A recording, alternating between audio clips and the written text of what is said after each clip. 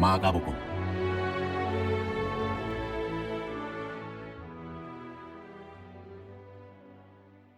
마가는 시간을 허비하지 않고 곧장 본론으로 들어갑니다. 도입은 한 문장으로 끝내고 처음부터 끝까지 한 번도 곁길로 벗어나지 않습니다. 왜 마가는 이렇게 예수님의 이야기를 기록하고 있을까요? 세상을 보고 경험하는 방식을 근본적으로 바꿔놓는 사건이 벌어졌기에 마가는 그것을 빨리 말해주고 싶은 겁니다. 그것은 믿을 수 없을 만큼 좋은 메시지인 까닭입니다. 그 메시지란 하나님이 여기 계시며 그분이 우리 편이시라는 겁니다.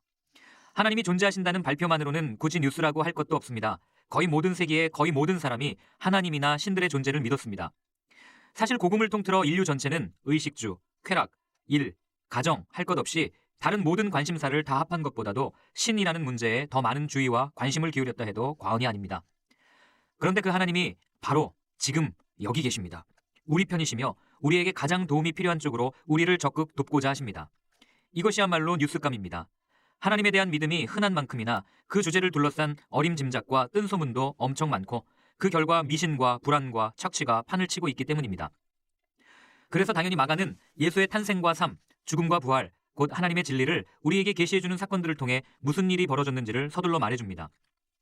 우리가 망상이 아니라 현실 속에 살 수 있도록 말입니다. 하나님이 우리를 구원하시는 일에 열심이시라는 것, 이것이야말로 이 세상에서 가장 실제적인 문제이기에 마가는 우리가 그것을 모른 채 소중한 인생을 단일분이라도 허비하기를 원치 않는 것입니다.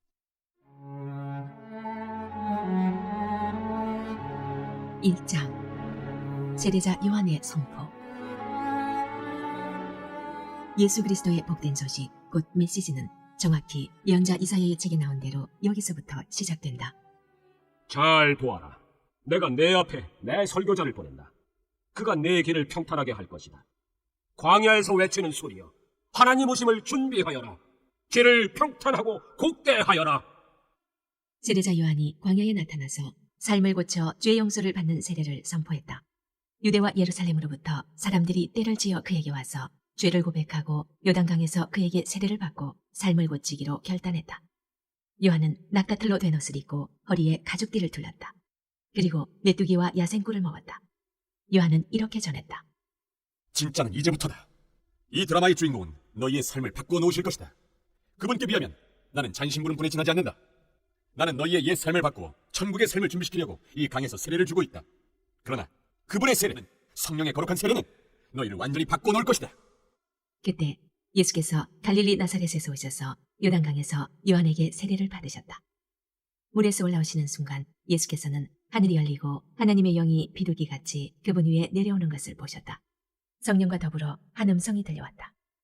너는 내가 사랑으로 선택하고 구별한 내 아들, 내 삶의 전부다. 하나님 나라가 여기 있다.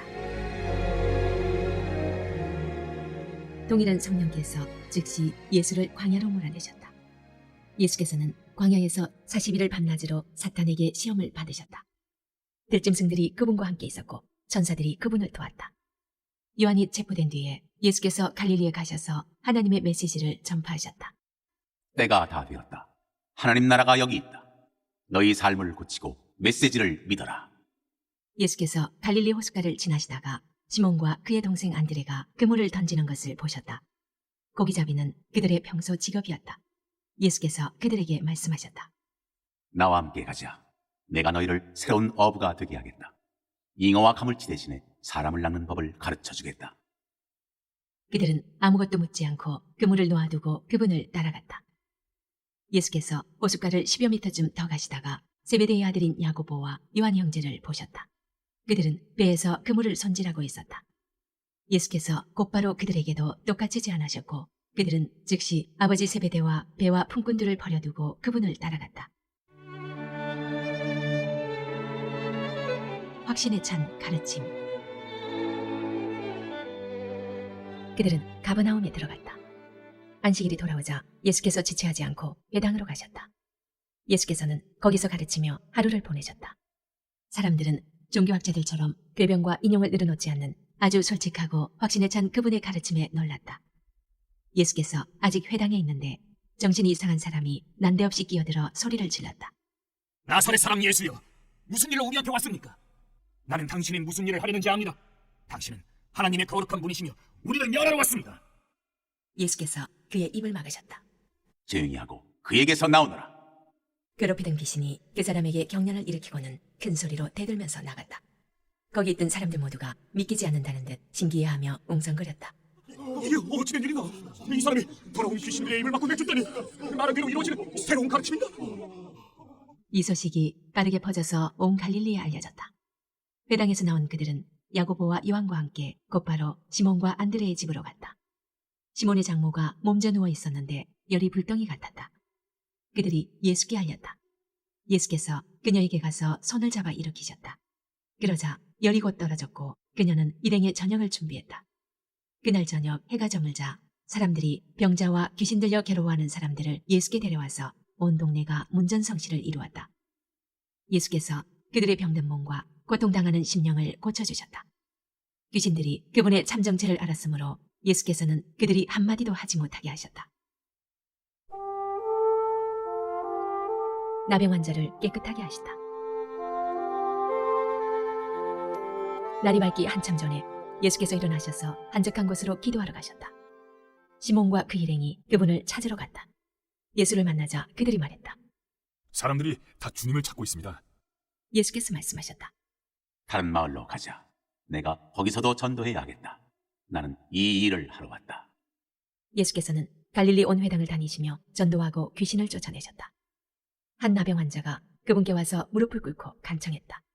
원하시면 저를 깨끗하게 하실 수 있습니다. 못내 측은한 마음이 든 예수께서 손을 내밀어 그에게 대며 말씀하셨다. 내가 원한다. 깨끗하게 되어라. 그러자 그 즉시 나병이 깨끗이 사라졌고 그의 살갗은 보드랍고 온전해졌다. 예수께서 그를 보내시며 엄히 명하셨다. 누구에게도 아무 말 하지 마라. 깨끗하게 되었으니 모세가 정한 예물을 가지고 제사장에게 가서 내 몸을 보여라. 그러면 네가 나은 것이 사람들에게 입증될 것이다. 그러나 그 사람은 모퉁이를 돌아서자마자 만나는 사람마다 그 일을 이야기하며 온 동네에 소문을 퍼뜨렸다. 그래서 예수께서 더 이상 시내에 자유로이 드나들지 못하고 외딴 곳에 머무셨다. 그러나 사람들은 온 사방에서 그분을 찾아왔다.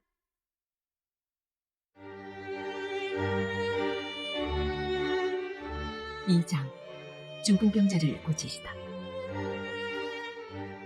며칠 후에 예수께서 가버나움에 돌아오시자 그분이 집에 계신다는 소문이 퍼졌다. 무리가 문 앞을 꽉 메워서 아무도 드나들 수 없었다. 예수께서는 말씀을 가르치고 계셨다. 사람들이 한 중풍병자를 4사람에게 들려서 예수께 데려왔다. 사람이 많아서 안으로 들어갈 수가 없자 그들은 지붕을 뜯어내고 중풍병자를 들끝에 달아내렸다. 그들의 담대한 믿음에 감동하신 예수께서 중풍병자에게 말씀하셨다. 아들아, 내가 네 죄를 용서한다. 거기 앉아있던 몇몇 종교학자들이 자기들끼리 수군거리며 말했다. 저렇게 말하면 안 되지. 저것은 신성모독이다. 오직 하나님만이 죄를 용서하실 수 있다. 예수께서 그들의 생각을 곧바로 하시고 말씀하셨다. 너희는 어찌 그리 의심이 많으냐? 중풍병자에게 내가 네 죄를 용서한다고 말하는 것과 일어나 네 들것을 들고 걸어가라고 말하는 것 중에 어느 쪽이 더 쉽겠느냐? 내가 인자인 것과 내가 어느 쪽이든 행할 권한이 있다는 것을 분명히 보여주겠다. 그러고는 중풍병자를 바라보시며 이렇게 말씀하셨다. 일어나거라. 네 들것을 들고 집으로 가거라. 그 사람은 그 말씀대로 일어나서 들것을 가지고 모두가 보는 앞에서 걸어 나갔다. 사람들은 도무지 믿기지 않아 자신들의 눈을 비볐다. 그러고 나서 하나님을 찬송하며 말했다. 우리 평생에 이런 일을 처음 본다. 의사가 필요한 사람이 누구냐? 예수께서 다시 호숫가를 걸으셨다. 무리가 다시 그분께 왔고 예수께서는 그들을 가르치셨다. 예수께서 거니시다가 알페오의 아들 레위가 자기 일터에서 세금을 걷고 있는 것을 보셨다. 예수께서 말씀하셨다. 나와 함께 가자. 그는 따라갔다. 나중에 예수와 그 제자들이 평판이 좋지 않은 무리와 함께 집에서 저녁을 먹고 있었다. 보기에는 아닐 것 같지만 그들 가운데 적지 않은 사람들이 이미 그분을 따르고 있었다. 종교학자와 바리새인들은 예수께서 그런 무리와 어울리는 것을 보고 그분의 제자들에게 따졌다. 쓰레기 같은 인간들과 친하게 지내다니 이게 무슨 본이 되겠어? 예수께서 들으시고 반박하셨다. 의사가 필요한 사람이 누구냐? 건강한 사람이냐 병든 사람이냐? 내가 여기 있는 것은 영적으로 건강한 사람을 초청하려는 것이 아니라 죄로 병든 사람을 초청하려는 것이다. 잔치인가 금식인가? 요한의 제자들과 바리새인의 제자들은 금식하는 습관이 있었다. 몇몇 사람들이 예수께 와서 따졌다. 요한을 따르는 이들과 바리새인들은 금식 훈련을 하는데 당신을 따르는 이들은 왜 그렇게 하지 않습니까? 예수께서 말씀하셨다. 즐거운 결혼식 중에는 빵과 포도주를 아끼지 않고 실컷 먹는다.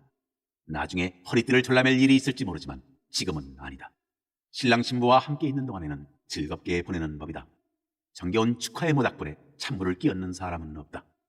하나님 나라가 임한다는 것은 바로 이런 것이다. 예수께서 계속해서 말씀하셨다. 멀쩡한 스카프를 잘라서 낡은 작업복에 대고 입는 사람은 없다. 서로 어울리는 천을 찾게 마련이다. 그리고 금이 간 병에는 포도주를 담지 않는 법이다. 어느 안식일에 예수께서 곡식이 무르익은 밭 사이를 걷고 계셨다. 제자들이 길을 가다가 곡식이 싹을 땄다. 바리새인들이 그 일로 예수께 말했다. 보십시오. 당신의 제자들이 안식일 규정을 어기고 있습니다. 예수께서 말씀하셨다. 너희는 다윗이 배고플 때에 자기와 함께한 동료들과 한 일을 읽어보지 못했느냐? 그가 성소에 들어가 대제사장 아비아달이 보는 앞에서 제단에서 간 물려낸 빵, 곧 제사장들 외에는 아무도 먹지 못하게 되어 있는 거룩한 빵을 먹고 자기 동료들에게도 주지 않았느냐? 이어서 예수께서 말씀하셨다. 우리를 위해 안식일이 만들어진 것이지 안식일을 위해 우리가 만들어진 것은 아니다. 인자는 안식일의 종이 아니라 주입니다.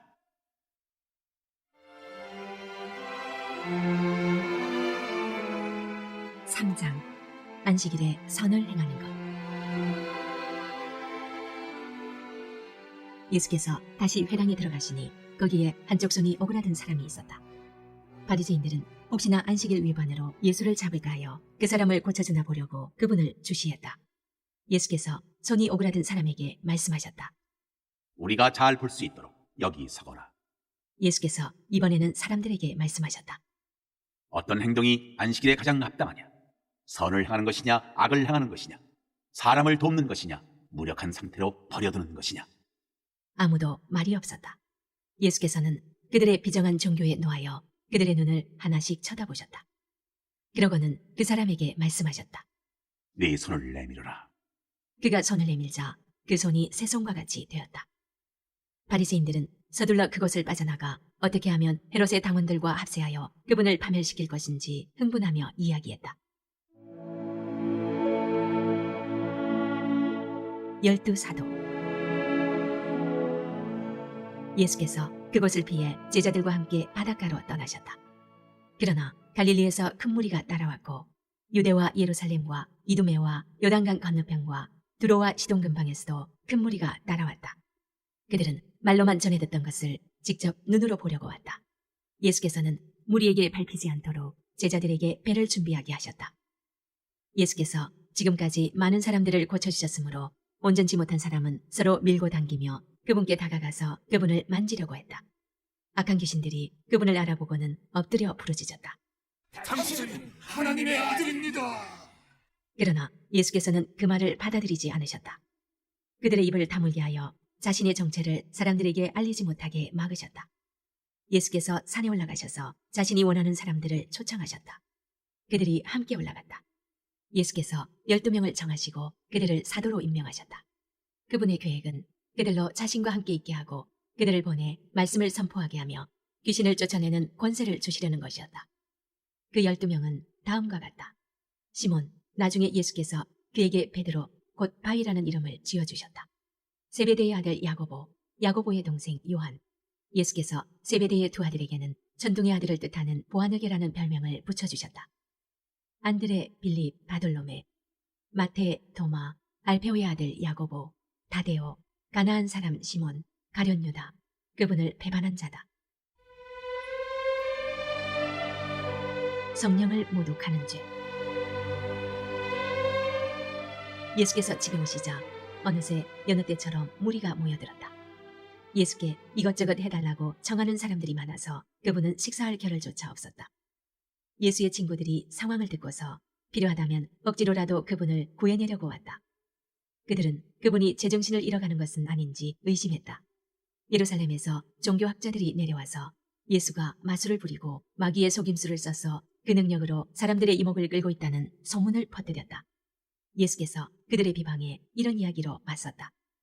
마귀를 보내 마귀를 잡고 사탄을 이용해 사탄을 없앤다는 것이 말이 되느냐? 늘 싸움질하는 가정은 무너지게 마련이다. 사탄이 사탄과 싸우고 있으면 사탄은 이내 남아나지 못할 것이다. 환한 대낮에 시퍼렇게 눈을 뜬 건장한 사내의 집에 들어가서 그 살림을 가지고 달아나려면 먼저 그 사람을 묶어야 하지 않겠느냐? 그를 묶으면 집을 깨끗이 털 수 있다. 잘 들어라. 내가 너희에게 경고한다. 용서받지 못할 말이나 행동은 없다. 그러나 너희가 하나님의 성령을 끝까지 비방하면 너희를 용서하시는 바로 그분을 물리치는 것이 된다. 그것은 너희 자신이 걸터앉은 나뭇가지를 톱으로 잘라내는 것이며 용서하시는 그분과의 모든 관계를 너희 자신의 사악함으로 끊어버리는 것이다. 예수께서 이렇게 경고하신 것은 그들이 그분을 악한 자와 한패로 몰았기 때문이다. 순종이 피보다 진하다. 그때에 예수의 어머니와 동생들이 나타났다. 그들은 밖에 서서 그분과 잠시 할 말이 있다는 전가를 보냈다. 예수께서 그 전가를 받을 때에 무리에 둘러싸여 있었다. 선생님의 어머니와 동생들이 밖에서 찾고 있습니다. 예수께서 대답하셨다. 내 어머니와 형제들이 누구라고 생각하느냐? 그러고는 둘러앉은 사람들을 일일이 쳐다보며 말씀하셨다. 내 어머니와 형제들이 여기 바로 너희 앞에 있다. 순종이 피보다 진하다. 하나님의 뜻에 순종하는 사람이 내 형제요 자매요 어머니다.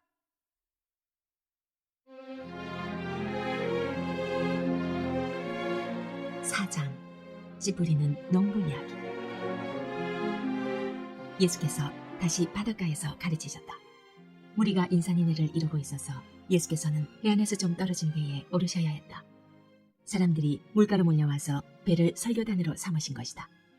예수께서 많은 이야기로 가르치셨다. 들어라. 너희는 어떻게 생각하느냐? 어떤 농부가 씨를 뿌렸다. 씨를 뿌리는데 더러는 길 위에 떨어져서 새들이 먹어버렸다. 더러는 자갈밭에 떨어져서 금세 싹이 났으나 뿌리를 내리지 못해 해가 뜨자 곧 시들어버렸다. 더러는 잡초밭에 떨어져서 싹이 났으나 잡초 틈새에 짓눌려 아무 소득이 없었다. 더러는 좋은 땅에 떨어져서 무성하게 자라 농부가 생각지도 못한 큰 결실을 맺었다. 너희는 듣고 있느냐? 정말로 듣고 있느냐? 예수께서 따로 계실 때 그분 곁에 있던 사람들이 12제자와 함께 그 이야기에 대해 물었다. 예수께서 그들에게 말씀하셨다. 너희에게는 하나님 나라를 아는 깨달음이 주어졌다. 너희는 하나님 나라가 어떻게 되어가는지 안다. 그러나 아직 볼 줄 모르는 사람들에게는 모든 것을 이야기로 풀어나간다. 마음을 준비시키고 마음을 열어 깨닫도록 주의를 환기시키려는 것이다. 그들은 눈을 떴으나 하나도 보지 못하고 귀가 열렸으나 한마디도 알아듣지 못하니 돌아서지도 않고 용서받기도 거부한다. 예수께서 계속해서 말씀하셨다. 이 이야기가 어떻게 되어가는지 알겠느냐? 내가 하는 모든 이야기는 이렇게 이루어진다. 농부가 말씀을 뿌린다. 어떤 사람은 딱딱한 길바닥에 떨어진 씨와 같다. 말씀을 듣자마자 사탄이 그 속에 뿌려진 것을 낚아채 간다. 또 어떤 사람은 자갈밭에 떨어진 씨와 같다. 그는 처음 말씀을 들을 때는 아주 뜨겁게 반응한다.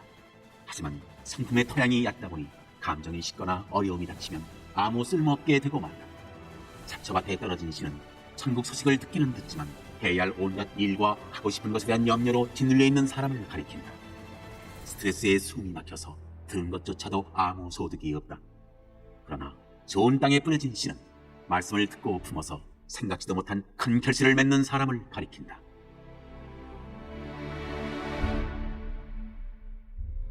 받는 것보다 주는 것이 더 낫다. 예수께서 계속해서 말씀하셨다.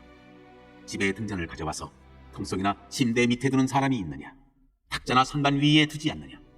우리는 비밀을 감춰두지 않고 오히려 말할 것이다. 숨기지 않고 오히려 밝히 드러낼 것이다. 너희는 듣고 있느냐? 정말로 듣고 있느냐? 내가 하는 말을 잘 들어라. 세상에서 너희 힘으로 잘 될 수 있다는 약삭빠른 충고를 조심하여라. 받는 것보다 주는 것이 더 낫다. 베풀면 베품을 낳는다. 인색하면 가난해진다. 많은 이야기로 말씀하시다. 예수께서 또 말씀하셨다. 하나님 나라는 어떤 사람이 밭에 씨를 뿌리고는 잊어버린 채 잠자리에 든 것과 같다. 씨는 싹이 터서 자라나는데 그는 어떻게 된 일인지 모른다. 그의 도움 없이 땅이 다 알아서 한다. 처음에는 푸른 줄기를 내고 다음에는 꽃봉오리를 내고 그 다음에는 익은 곡식이다. 곡식이 완전히 연글면 거둔다. 추수할 때가 된 것이다. 하나님 나라를 어떻게 묘사할 수 있을까? 어떤 이야기가 좋을까? 하나님 나라는 솔씨 하나와 같다. 솔씨는 땅에 떨어질 때 씨로서는 아주 작지만 일단 심으면 가시가 무성한 큰 나무로 자란다. 독수리들이 그 안에 둥지를 틀 정도다. 예수께서는 이처럼 많은 이야기로 메시지를 전해주시면서 그들의 경험과 성숙도에 맞게 이야기를 들려주셨다. 예수께서 이야기 없이는 말씀하지 않으셨다. 그리고 제자들과 따로 있을 때에 모든 것을 다시 설명해 주셨다. 혼란스러운 것은 정리하시고 얽힌 것은 풀어주셨다. 바람과 바다를 잠잠하게 하시다. 그날 늦게 예수께서 제자들에게 말씀하셨다. 저편으로 건너가자. 제자들은 그분을 배에 계신 그대로 모시고 갔다. 다른 배들도 따라갔다. 그때에 큰 풍랑이 일어났다. 파도가 배 안으로 들이쳐서 배가 가라앉으려고 했다. 예수께서는 배 뒤쪽에서 베개를 빌고 주무시고 계셨다. 제자들이 그분을 깨우며 말했다. 선생님, 우리가 빠져 죽게 되었는데 아무렇지도 않습니까? 잠에서 깬 예수께서 바람과 바다에게 말씀하셨다. 고요하여라. 잠잠하여라. 바람이 숨을 먹고 바다는 호수처럼 고요해졌다. 예수께서 제자들을 꾸짖으셨다. 어째서 너희는 이토록 겁이 많으냐? 그렇게도 믿음이 없느냐? 그들은 놀라고 두려워서 어쩔 줄을 몰라 했다. 도대체 이분은 누구신가? 바람과 바다도 마음대로 꾸리시다니.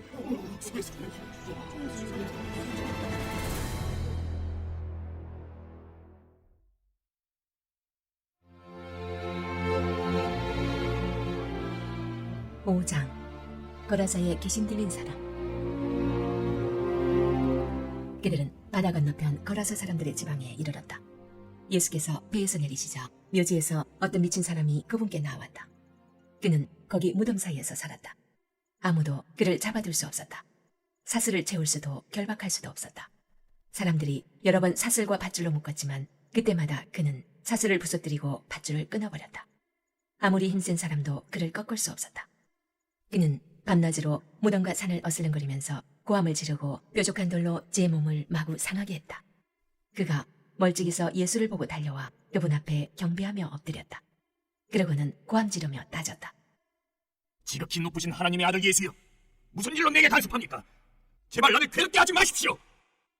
예수께서 이미 그 악한 귀신에게 이렇게 명령하신 뒤였다. 나오너라. 그 사람에게서 나오너라. 예수께서 그에게 물으셨다. 내 이름이 무엇이냐? 그가 대답했다.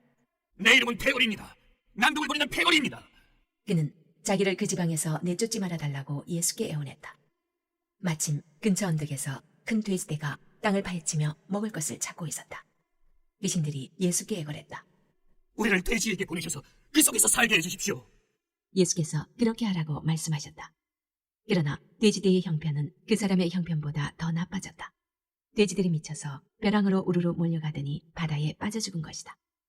돼지를 치던 사람들이 혼비백산하여 도망쳐서 시내와 마을에 그 이야기를 전했다. 다들 어찌된 일인지 보고 싶어 했다.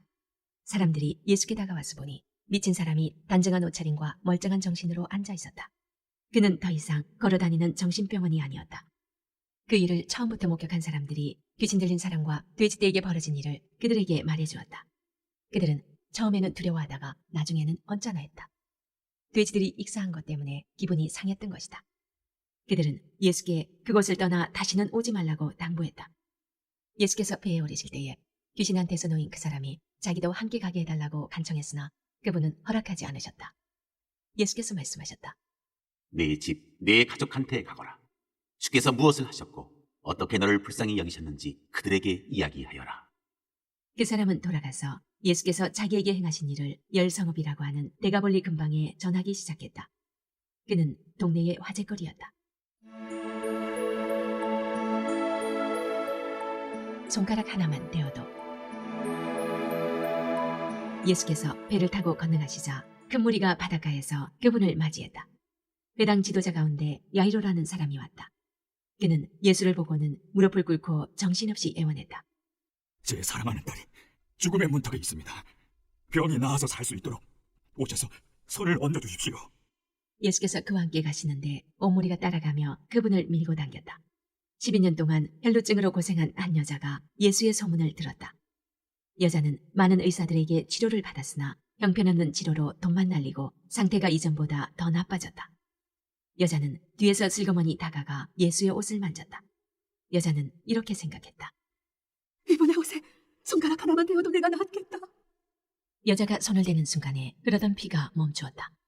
여자는 변화를 느낄 수 있었고 자신의 병이 깨끗이 나은 것을 알았다.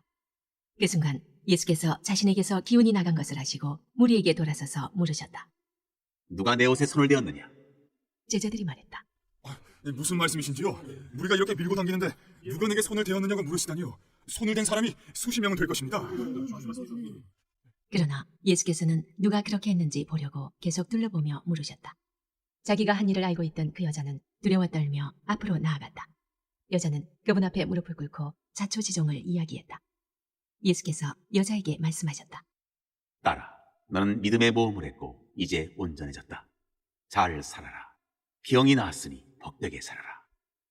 예수께서 아직 말씀하시는 중에 회당장의 집에서 사람들이 와서 회당장에게 말했다. 따님이 죽었습니다. 선생님을 더 괴롭게 해드릴 일이 있겠습니까? 예수께서 그들이 하는 말을 들으시고 그 회당장에게 말씀하셨다. 그들의 말을 듣지 말고 나만 신뢰하여라.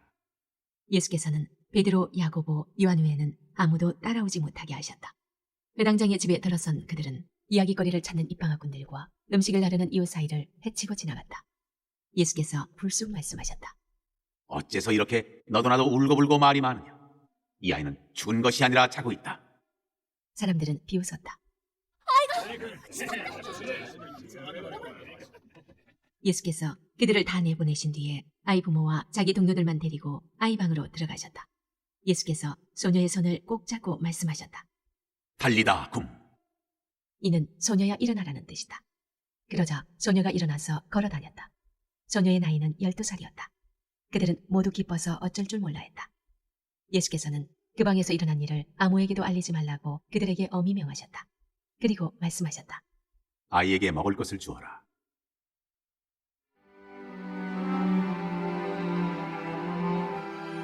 (6장) 고향에서 배척받으시다. 예수께서 그곳을 떠나 자기 고향으로 돌아가셨다. 제자들도 함께 갔다.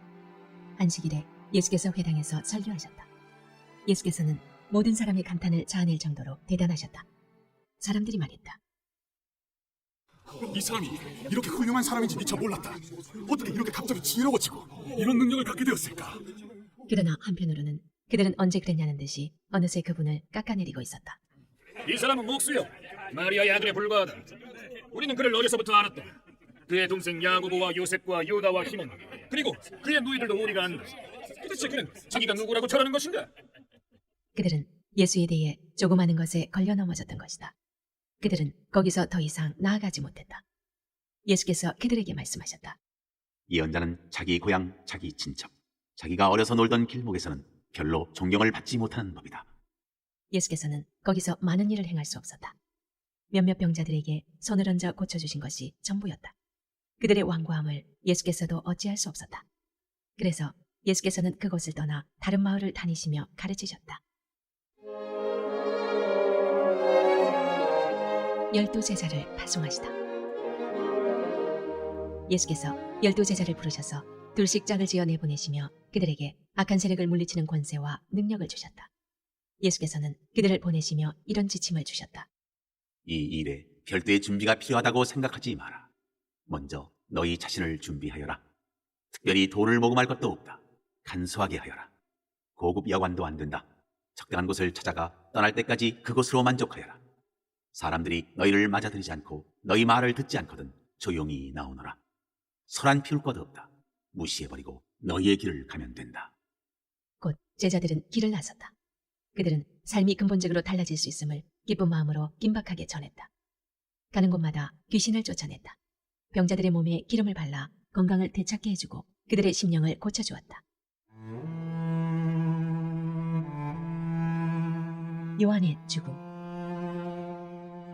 예수의 이름이 만인의 입에 오르내리고 있을 그 즈음에 헤로드 왕도 그 모든 소식을 들었다. 그가 말했다. 죽은 세례자 요한이 다시 살아난 것이 틀림없다. 그래서 그 사람이 능히 기적을 행하는 것이다. 다른 사람들이 말했다. 아닙니다. 그는 엘리야입니다. 또 다른 사람들이 말했다. 그는 예언자입니다. 옛 예언자들 가운데 한 사람과 같습니다. 그러나 헤롯은 굽히지 않았다. 틀림없이 요한이다. 내가 그의 목을 베었는데 이제 그가 다시 살아난 것이다. 헤롯은 자기 동생 빌립의 아내였던 헤로디아의 잔소리에 못 이겨 요한의 체포를 명하고 그에게 사슬을 채워 감옥에 가두었던 자다. 요한은 헤롯과 헤로디아의 관계가 불륜이라고 말해 헤롯을 자극했다. 헤로디아는 증오에 사무쳐서 요한을 죽이고 싶었으나 헤롯이 요한을 두려워하여 감히 그렇게 하지 못했다. 요한이 거룩한 사람이라고 굳게 믿고 있던 헤롯은 그를 특별 대우했다. 헤롯은 요한의 말을 들을 때마다 양심의 가책을 받아 괴로워하면서도 그를 멀리할 수 없었다. 요한에게는 헤롯을 계속 잡아끄는 어떤 힘이 있었다. 그러나 끝내 불길한 날이 왔다. 헤롯이 갈릴리의 모든 고관과 귀족들을 초대해 생일잔치를 벌인 날이었다. 헤로디아의 딸이 연회장에 들어와서 손님들을 위해 춤을 추었다. 헤롯과 손님들은 감탄했다. 왕이 소녀에게 말했다. 내게 무엇이든 청하거라. 네가 원하는 것이면 무엇이든 주마. 그는 흥분하여 계속했다. 맹세하는데 네가 말만 하면 내 나라를 너와 반반씩이라도 나누겠다. 그 딸은 어머니에게 돌아가서 말했다. 무엇을 청할까요? 세례자 요한의 머리를 달라고 하거라. 딸은 급히 왕에게 달려가서 말했다. 지금 당장 세례자 요한의 머리를 쟁반에 담아주십시오.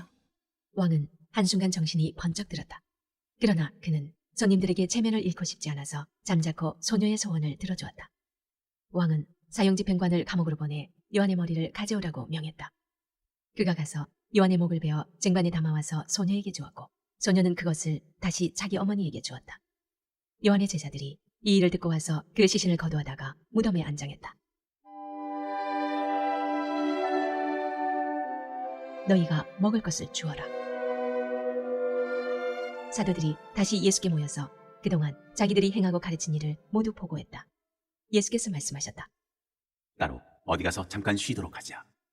그만큼 오가는 사람들의 발길이 끊이지 않았고 그들은 음식 먹을 겨를조차 없었다. 그래서 그들은 배를 타고 따로 한적한 곳으로 떠났다. 그들이 가는 것을 본 사람이 있어서 금세 소문이 퍼졌다. 인근 마을에서 사람들이 도보로 달려와서 그들보다 먼저 그곳에 도착했다. 예수께서 도착해 큰 무리를 보셨다. 목자 없는 양 같은 그들을 보시니 그분 마음이 찢어지는 것 같았다. 예수께서는 곧바로 그들을 가르치기 시작하셨다. 어느새 저녁이 되었다. 시간이 많이 흘렀다고 생각한 제자들이 말씀 사이에 끼어들었다. 여기는 허허벌판이고 시간도 많이 늦었습니다. 예수께서 말씀하셨다. 너희가 이들의 저녁을 마련하여라. 그들이 대답했다. 진심이십니까? 가서 이들의 저녁거리에 큰 돈을 쓰라는 말씀이신지요? 그러나 그분의 말씀은 진심이었다. 너희에게 빵이 몇 개나 있는지 알아보아라.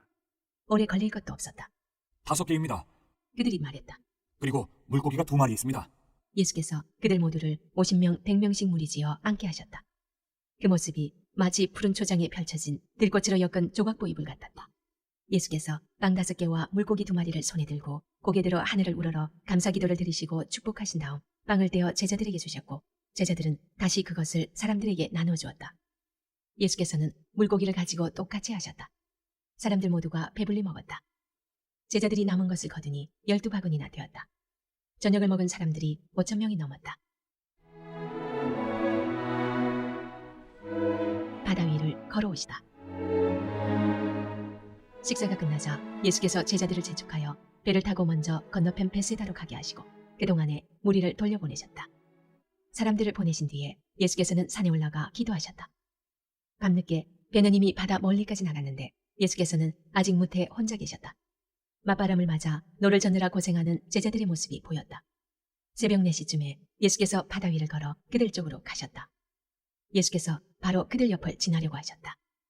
그러나 제자들은 바다 위를 걸어오시는 예수를 보고서 유령인 줄 알고 무서워 꼼짝도 못한 채 비명을 질렀다. 유령이다! 예수께서 얼른 그들을 안심시키셨다. 안심하여라. 나다. 두려워 마라. 예수께서 배에 오르자마자 바람이 가라앉았다. 제자들은 너무 놀라서 이게 무슨 일인가 싶어 고개를 저었다. 그들은 예수께서 저녁 식사 때 하신 일을 미처 깨닫지 못하고 있었다. 그 무엇도 아직 그들의 마음속까지 파고들지 못했던 것이다. 그들은 게네사렛에 배를 댔다. 그들이 배에서 내리자 순식간에 소문이 퍼졌다. 사람들이 이리저리 내달리며 들것에 병자들을 메고 예수가 계시는 곳으로 데려왔다. 마을이나 시내나 촌 내거리마다 그분이 가시는 곳이면 어디든지 사람들이 병자들을 데리고 나와서 그분의 옷자락을 만지게 해달라고 간청했다. 그것이 전부였다. 그분을 만진 사람은 누구나 병이 나았다.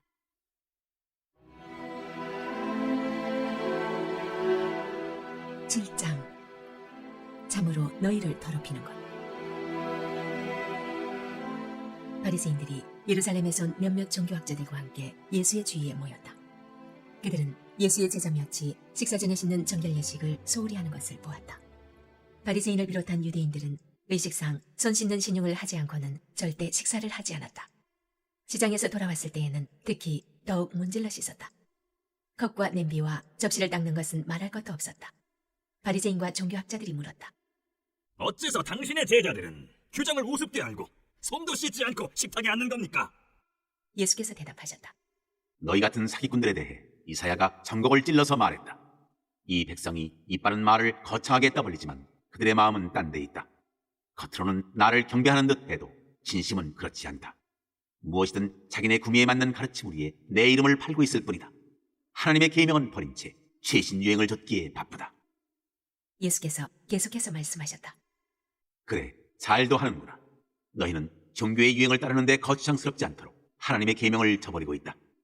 모세는 너희 부모를 공경하라고 했고 또 누구든지 부모를 욕하는 사람은 반드시 죽여야 한다고 했다. 그러나 너희는 부모에게 드려야 할 것이 있어도 부모 대신에 하나님께 예물로 바쳤습니다 말하면서 그 계명을 회피하고 있다. 아버지나 어머니에 대한 의무를 그렇게 모면하고 있는 것이다.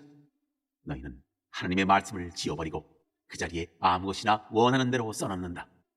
너희는 이 같은 일을 다반사로 한다. 예수께서 다시 무리를 불러놓고 말씀하셨다. 잘 듣고 마음에 새겨두어라. 너희 삶을 더럽히는 것은 너희가 입으로 삼키는 것이 아니라 너희 입에서 토해내는 것이다. 그것이야말로 정말 더러운 것이다. 예수께서 무리와 헤어져 집에 돌아오셨을 때에 제자들이 말했다. 잘 모르겠습니다. 쉽게 말씀해 주십시오. 예수께서 말씀하셨다. 너희가 우둔해지기로 작정이라도 한 것이냐? 너희가 입으로 삼키는 것이 너희를 더럽힐 수 없다는 것을 모르느냐? 그것은 너희 마음으로 들어가지 않고 위로 들어가서 장을 지나 결국 변기의 물과 함께 내려간다. 이것으로 음식에 대한 논란은 무의미해졌다. 예수께서는 모든 음식을 먹어도 좋다고 하신 것이다. 예수께서 계속해서 말씀하셨다. 사람 속에서 나오는 것이 사람을 더럽히는 법이다.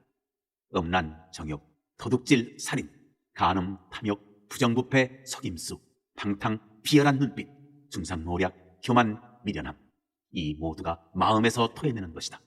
너희를 더럽히는 근원은 바로 거기다. 예수께서 거기에서 두로 지방으로 떠나셨다. 그분은 아무도 못 본 줄 알고 그곳에 한 집에 들어가셨으나 사람들의 이목을 피할 수 없었다. 예수께서 아내 들기가 무섭게 고통당하는 딸을 둔 한 여자가 그분이 그곳에 계시다는 말을 듣고 찾아왔다. 여자는 예수의 발 앞에 무릎을 꿇고는 도와달라고 애원했다. 그 여자는 스로보니게 출신의 그리스 사람이었다. 여자는 예수께 자기 딸을 고쳐달라고 간청했다. 예수께서 말씀하셨다. 줄을 서서 차례를 기다려라. 자네들을 먼저 먹이는 법이다. 그리고 남는 것이 있으면 개들의 차지다. 여자가 말했다. 지당하신 말씀입니다, 주님.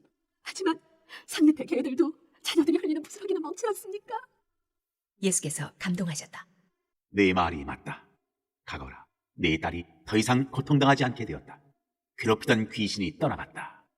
여자가 집에 가보니 딸이 침대에 편히 누웠고 고통이 아주 사라져버렸다. 예수께서 다시 두로 지방을 떠나서 시돈을 지나 갈릴리 호수로 돌아와서 데가볼리 지방으로 건너가셨다.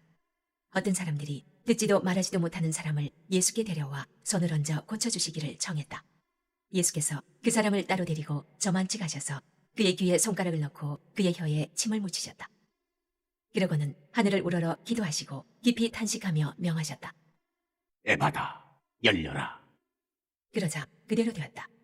그 사람의 귀는 이제 똑똑히 들렸고 말도 분명해졌다. 순식간의 일이었다. 예수께서 그들에게 입단속을 시켰으나 그럴수록 그들은 흥분하여 더욱 퍼뜨리고 다녔다. 전부 그분이 하신 일인데 대단한 일이다. 그분은 듣지 못하는 사람도 듣게 하시고 말하지 못하는 사람도 말하게 하신다.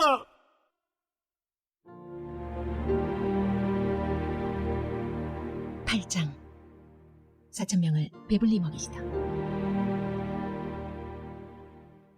그 즈음에 예수께서 배고픈 무리 앞에 다시 서게 되셨다.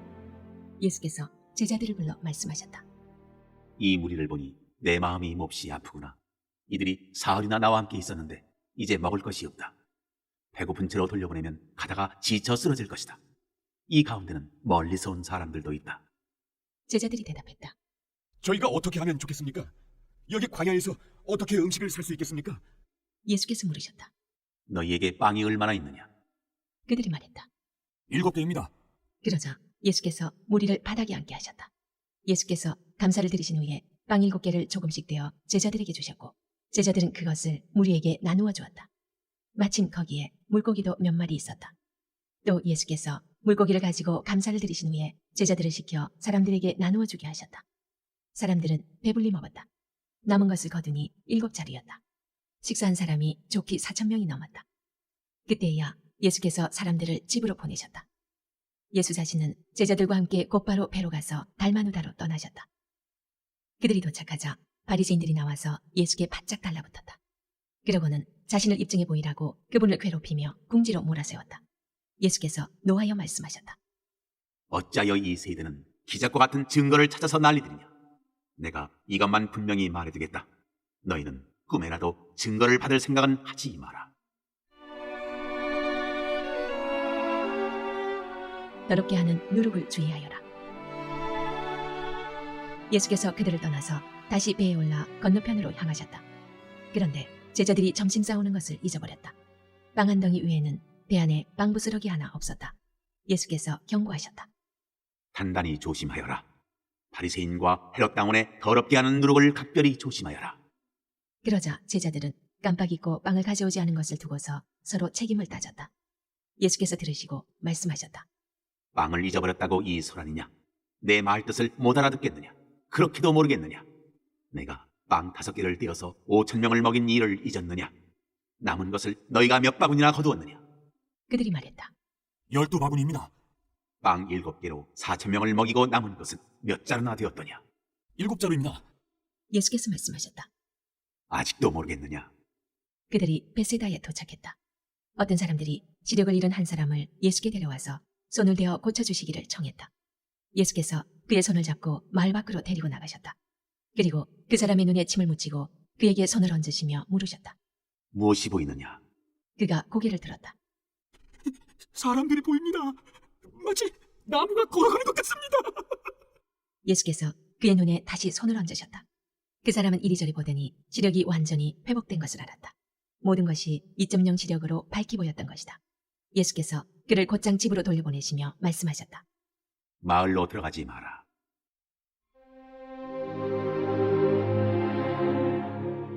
주님은 메시아이십니다. 예수와 제자들이 빌립보의 가이사라 근방에 있는 마을들로 향했다. 걸어가면서 예수께서 물으셨다. 사람들이 나를 누구라고 하더냐? 그들이 말했다. 세례자 요한이라고 하는 사람들도 있고 엘리야라고 하는 사람들도 있고 예언자 가운데 한 사람이라고 하는 사람들도 있습니다. 그러자 예수께서 물으셨다.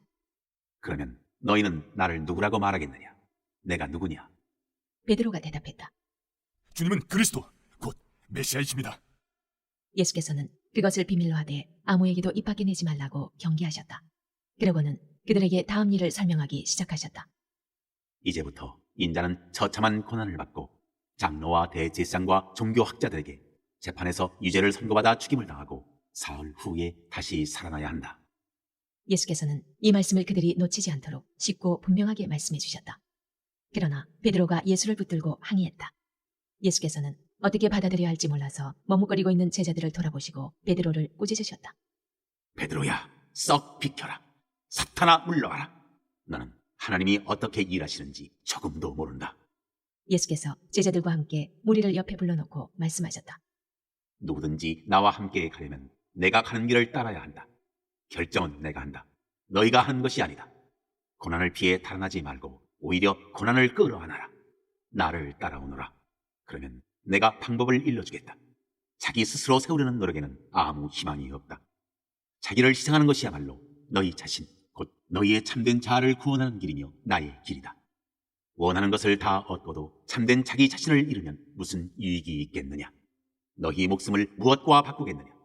너희 가운데 누구든지 변덕스럽고 중심 없는 친구들과 사귀면서 나와 너희를 인도하는 내 방식을 부끄러워하면 인자도 아버지 하나님의 모든 영광에 쌓여 거룩한 천사들을 거느리고 올 때 그를 더 부끄럽게 여길 줄로 알아라.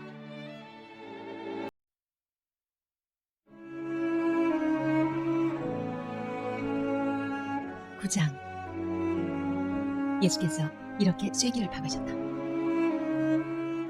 이것은 믿을 수 없는 훗날의 이야기가 아니다. 여기 서 있는 너희 가운데 그렇게 되는 것을 볼 사람들도 있다. 그들은 하나님 나라가 위엄 있게 임하는 것을 볼 것이다. 영광 가운데 계신 예수. 여세 후에 그들 가운데 세 사람이 정말 그것을 보았다. 예수께서 베드로와 야고보와 요한을 데리고 높은 산에 올라가셨다. 그리고 그들 눈앞에서 그분의 모습이 완전히 변했다. 그분의 옷은 아무리 표백해도 더 하얘질 수 없을 만큼 반짝반짝 빛났다. 엘리야와 모세가 함께 나타나서 예수와 깊은 대화를 나누고 있었다. 베드로가 끼어들었다. 라비님, 지금은 중대한 순간입니다. 기념비 셋을 세우는 것이 어떻겠습니까? 하나는 주님을 위해, 하나는 모세를 위해, 하나는 엘리야를 위해서 말입니다. 이른과 마찬가지로 눈앞의 광경에 놀란 베드로가 무심코 내뱉은 말이었다. 바로 그때 비처럼 환한 구름이 그들을 덮더니 구름 속 깊은 데서 한 음성이 들려왔다. 이는 내가 사랑으로 구별한 내 아들이다. 그의 말을 들어라. 잠시 후에 제자들이 눈을 비비며 주변을 둘러보니 오직 예수밖에 보이지 않았다. 산을 내려오면서 예수께서 그들에게 비밀을 지킬 것을 엄히 명하셨다.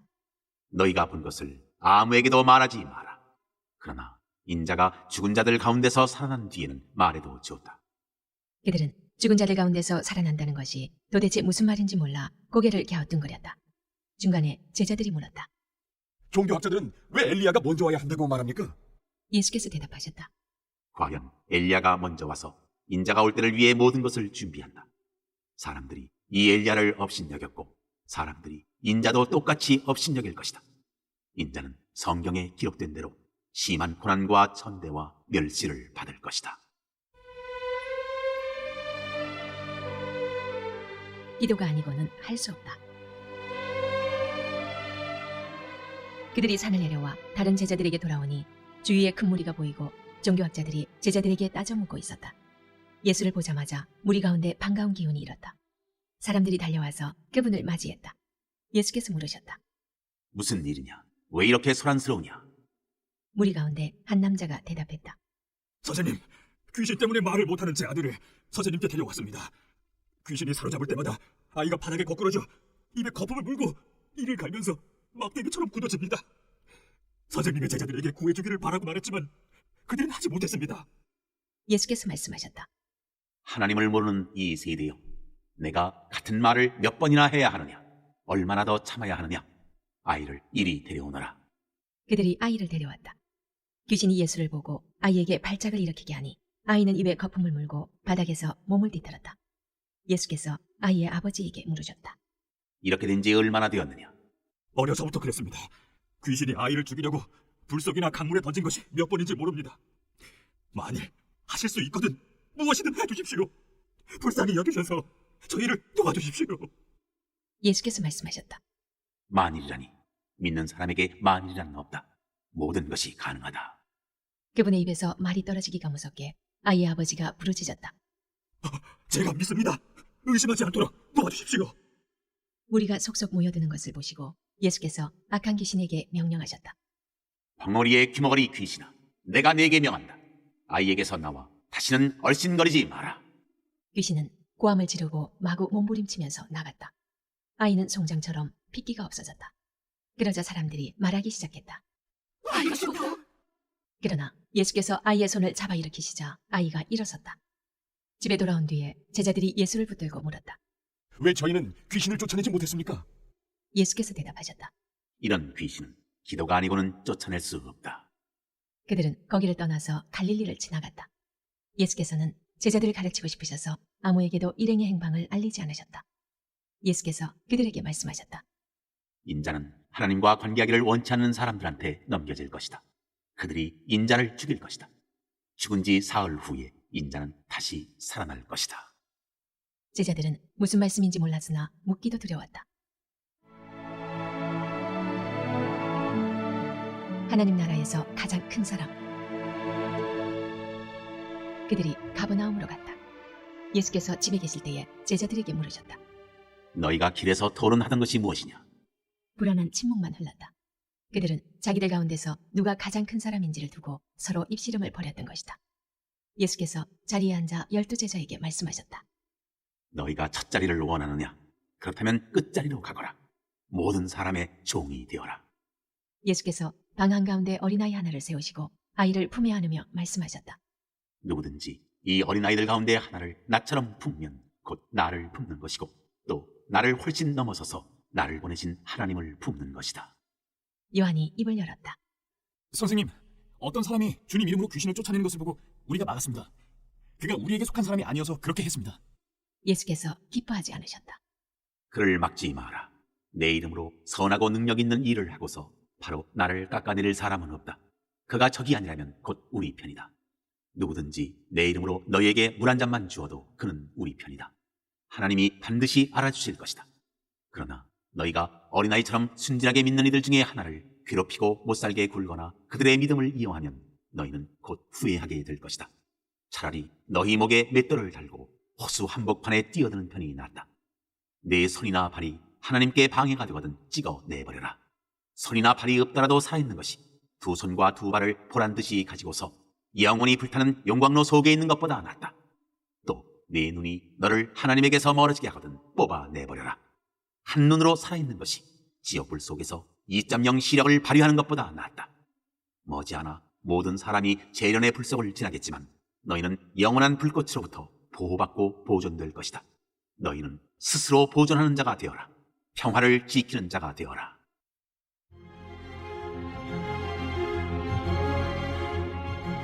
십 장 이혼과 간음. 예수께서 거기에서 떠나 요단강 건너편 유대 지방으로 가셨다. 매번 그러듯이 무리가 따라왔고 예수께서는 늘 하시던 대로 그들을 가르치셨다. 바리새인들이 예수를 괴롭힐 요량으로 다가와서 물었다. 남자가 아내와 이혼하는 것이 율법에 맞습니까? 예수께서 말씀하셨다. 모세가 뭐라고 명령했느냐? 그들이 대답했다. 모세는 이혼 증서를 써주고 아내와 이혼해도 된다고 허락했습니다. 예수께서 말씀하셨다. 모세는 단지 너희의 사악한 마음을 염려해서 그 명령을 기록한 것이다. 처음 창조 때부터 하나님께서는 남자와 여자를 지어 함께 있게 하셨다. 그래서 남자는 부모를 떠나 여자와 결혼하여 한 몸이 된다.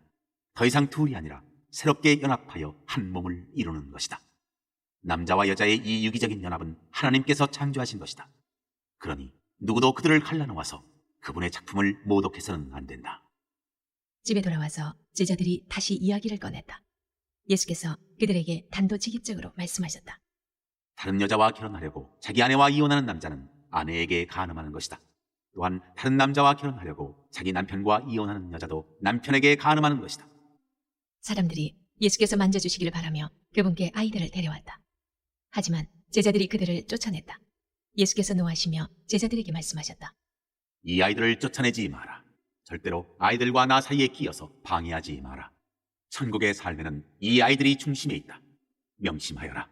너희가 하나님 나라를 아이처럼 단순하게 받아들이지 않으면 절대로 그 나라에 들어갈 수 없다. 그러고 나서 예수께서 아이들을 품에 안으시고 손을 얹어 축복하셨다. 부자와 하나님 나라. 예수께서 길을 나서는데 한 사람이 달려와서 정중하게 그분을 맞으며 물었다. 선하신 선생님, 제가 무엇을 해야 영원한 생명을 얻겠습니까? 예수께서 말씀하셨다.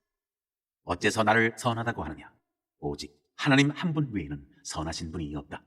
계명에 살인하지 마라, 간음하지 마라, 도둑질하지 마라, 거짓말하지 마라, 속이지 마라, 네 부모를 공경하라 하지 않았더냐? 그가 말했다. 선생님, 그 계명들은 제가 어려서부터 다 지켰습니다. 예수께서 그의 눈을 주목하여 보시더니 그를 사랑스럽게 여기셨다. 예수께서 말씀하셨다. 하나 남은 것이 있다. 가서 네가 가진 것을 다 팔아서 가난한 사람들에게 주어라. 그러면 네 모든 부가 하늘에 쌓아두는 부가 될 것이다. 그런 다음 와서 나를 따라라. 그 사람의 얼굴이 어두워졌다. 그가 전혀 예상치 못했던 말이어서 그는 무거운 마음으로 예수를 떠나갔다.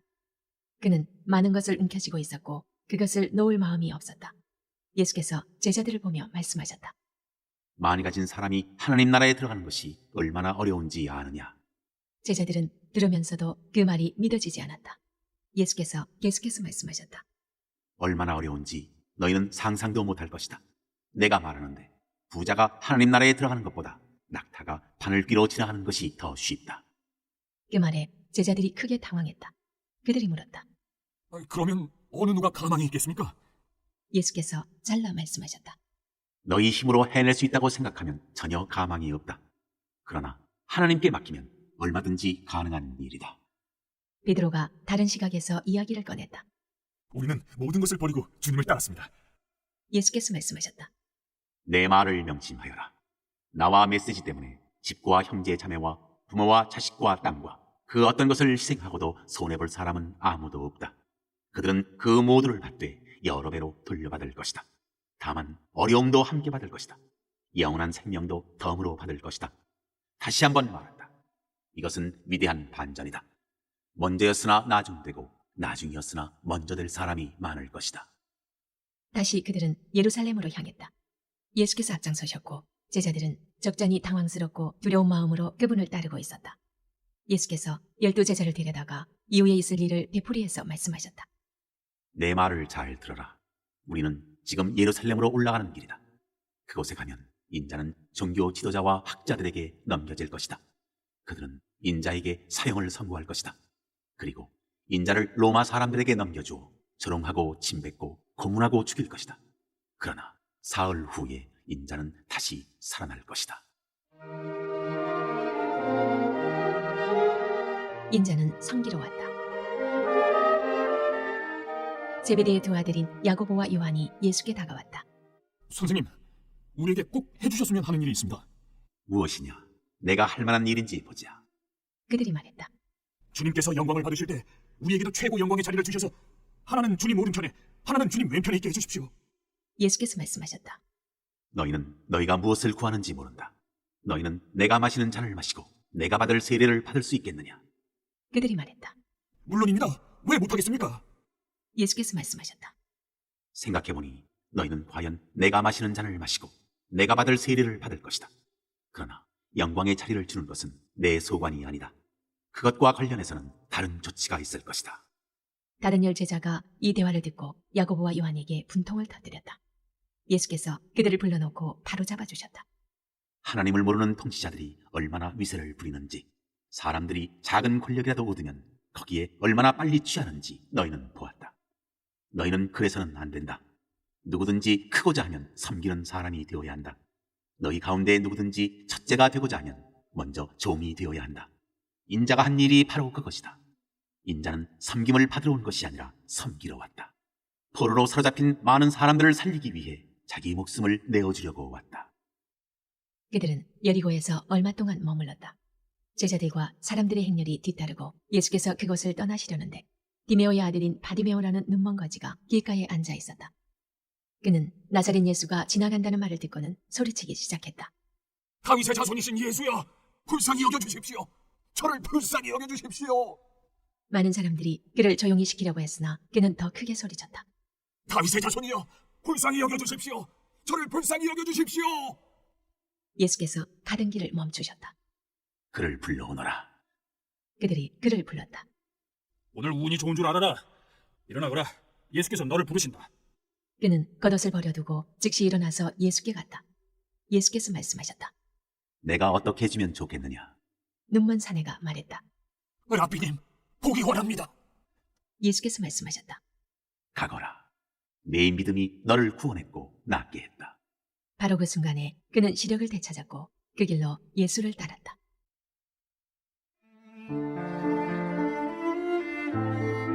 (11장) 예루살렘 입성. 일행이 예루살렘 가까이 와서 올리브산 벳파게와 베다니에 이르렀을 때 예수께서 두 제자를 보내시며 지시하셨다. 맞은편 마을로 가거라. 들어가서 보면 아직 아무도 타보지 않은 나귀 새끼가 줄에 매여 있을 것이다. 줄을 풀어서 끌고 오너라. 왜 그러시오 하고 누가 묻거든 주님께서 필요로 하십니다. 곧 돌려보내겠습니다 하고 말하여라. 그들은 가서 길 모퉁이 문간에 매어 있는 나귀를 보고는 묶어놓은 줄을 풀었다. 거기 서 있던 사람들 중 몇 사람이 말했다. 긴 나귀 새끼의 줄은 왜 푸는 것이오? 제자들이 예수께서 지시하신 대로 대답하자 그들은 간섭하지 않았다.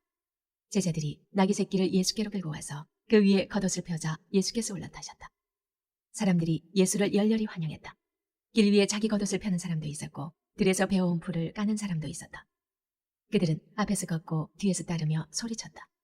호산나! 복되나! 하나님의 이름으로 오시니요! 복되나! 장차 우리 조상사람이 호산나이다!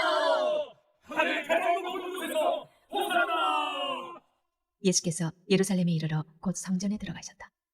예수께서는 성전을 둘러보시며 모든 것을 마음에 두셨다. 그러나 이미 시간이 늦어 12제자와 함께 베다니로 돌아가셨다.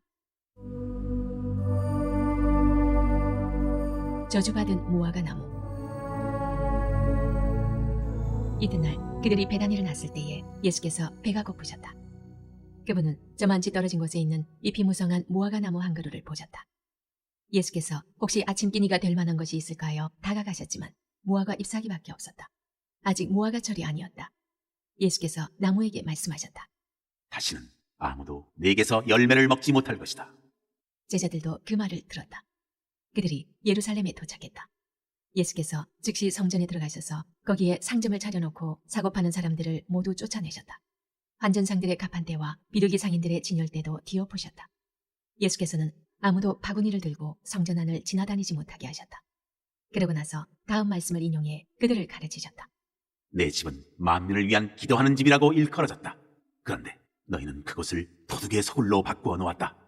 대제사장과 종교학자들이 이 말을 듣고서 그분을 제거할 방도를 모의했다. 그들은 온 무리가 그분의 가르침에 푹 빠져 있는 것을 보고 당황했다. 저녁 때에 예수와 제자들이 도성을 나섰다.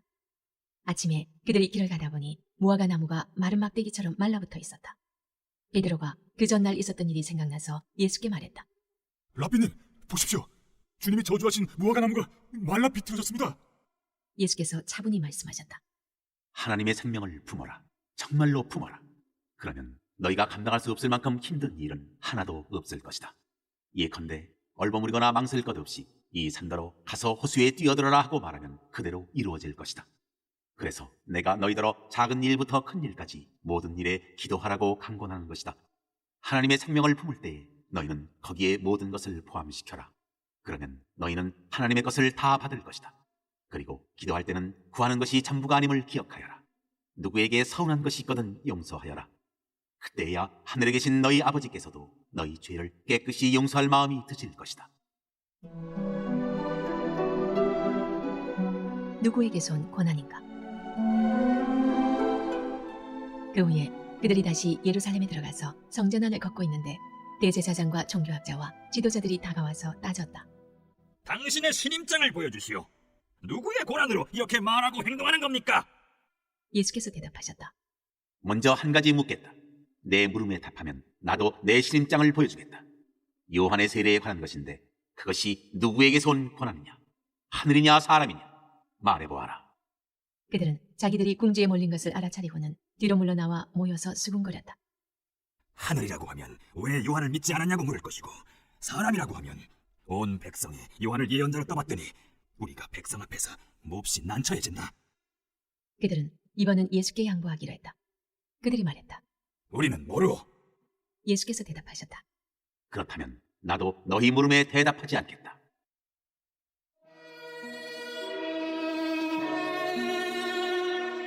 음. 12장 욕심 가득한 소장농들 이야기. 예수께서 그들에게 여러 이야기를 들려주기 시작하셨다. 어떤 사람이 포도원을 세웠다. 그는 포도원에 울타리를 치고 포도 적지 않은 틀을 파고 망대를 세운 다음에 소장농들에게 맡기고 먼 길을 떠났다. 수확할 때가 되자 그는 수익을 거두려고 소장농들에게 종 한 사람을 보냈다. 소장농들은 그를 잡아서 마구 때려 빈손으로 돌려보냈다. 주인이 다른 종을 보내자 그들은 그를 골탕 먹이고 모욕을 주었다. 주인이 또 다른 종을 보내자 그들은 그를 죽여버렸다. 주인은 계속해서 많은 종들을 보냈으나 소장농들은 그들을 때리기도 하고 죽이기도 했다. 결국은 한 사람밖에 남지 않았다. 사랑하는 아들이었다. 포도원 주인은 최후방책으로 아들을 보내며 저들이 내 아들만큼은 존중하겠지 하고 생각했다. 그러나 소장농들은 오히려 이것을 기회로 삼았다. 그들은 욕심이 가득하여 두 손을 비비며 말했다. 이자는 상속자다. 그를 죽이고 우리가 재산을 다 차지하자. 그들은 그 아들을 잡아 죽여서 울타리 밖으로 내던졌다. 너희 생각에는 포도원 주인이 어떻게 할 것 같으냐? 그가 와서 그들을 다 없애버릴 것이다. 그리고 포도원 관리는 다른 사람들에게 맡길 것이다. 너희가 성경을 직접 읽어보아라. 석공들이 내버린 돌이 이제 모퉁이 돌이 되었다. 이것은 하나님께서 행하신 일, 눈을 씻고 보아도 신기할 따름이다. 대제사장과 종교학자와 지도자들은 당장 예수를 잡고 싶었으나 여론이 두려워 참았다. 그들은 그 이야기가 자기들을 두고 한 것임을 알았다. 그들은 서둘러 그 자리를 떠났다. 황제의 것, 하나님의 것. 그들은 예수를 그들의 올무에 걸리게 하려고 바리새인과 헤롯의 당원 몇을 그분께 보냈다. 뭔가 책 잡힐 만한 발언을 하게 해서 그분을 잡을 심산이었다. 그들이 다가와서 말했다. 선생님, 우리가 알기로 당신은 진실하고 여론에 개의치 않으며 배우는 사람들의 비위를 맞추지 않고 하나님의 도를 정확히 가르칩니다. 그러니 우리한테 말해 주십시오. 황제에게 세금을 내는 것이 법에 맞습니까? 맞지 않습니까? 예수께서 그 질문이 계략임을 아시고 말씀하셨다. 왜 나를 속이려고 드느냐? 동전을 가져다가 내게 보여라. 그들이 예수께 동전을 건넸다. 여기 새겨진 얼굴이 누구 얼굴이냐? 그리고 이 위에 있는 것이 누구 이름이냐? 그들이 말했다. 황제입니다. 예수께서 말씀하셨다. 황제의 것은 황제에게 주고 하나님의 것은 하나님께 드려라. 그들은 말문이 막혀 입이 딱 벌어졌다. 부활에 관한 가르침. 부활의 가능성을 일절 부인하는 사두개파 사람 몇이 예수께 다가와서 물었다. 선생님, 모세는 기록하기를 남자가 자식 없이 아내를 두고 죽으면 그 동생의 형수와 결혼해서 자식을 낳아줄 의무가 있다고 했습니다. 한 번은 7 형제가 있었습니다. 마지가 결혼했는데 자식 없이 죽었습니다. 둘째가 형수와 결혼했으나 역시 자식 없이 죽었습니다. 셋째도 그러했습니다. 7 형제가 다 차례대로 그렇게 했으나 자식이 없었습니다. 마지막에는 여자도 죽었습니다. 7 형제가 모두 그 여자의 남편이었습니다. 그들이 부활 때 다시 살아나면 그 여자는 누구의 아내가 됩니까? 예수께서 말씀하셨다. 너희는 크게 잘못 생각하고 있다. 첫째로 너희는 성경을 모른다. 둘째로 너희는 하나님께서 일하시는 방식을 모른다. 죽은 사람이 살아난 뒤에는 결혼할 일이 없다. 그때 사람들은 천사들처럼 되어서 하나님과 최고의 기쁨과 친밀감을 나눌 것이다. 그리고 죽은 사람이 다시 살아나는지에 대해서인데 너희는 성경도 읽지 않느냐? 하나님께서는 떨기나무에서 모세에게 나는 아브라함의 하나님, 이삭의 하나님, 야곱의 하나님이다 라고 말씀하셨다. 이었다 라고 말씀하지 않으셨다. 살아계신 하나님은 죽은 자의 하나님이 아니라 산 자의 하나님이시다. 너희가 몰라도 한참 모르고 있다. 가장 중요한 계명.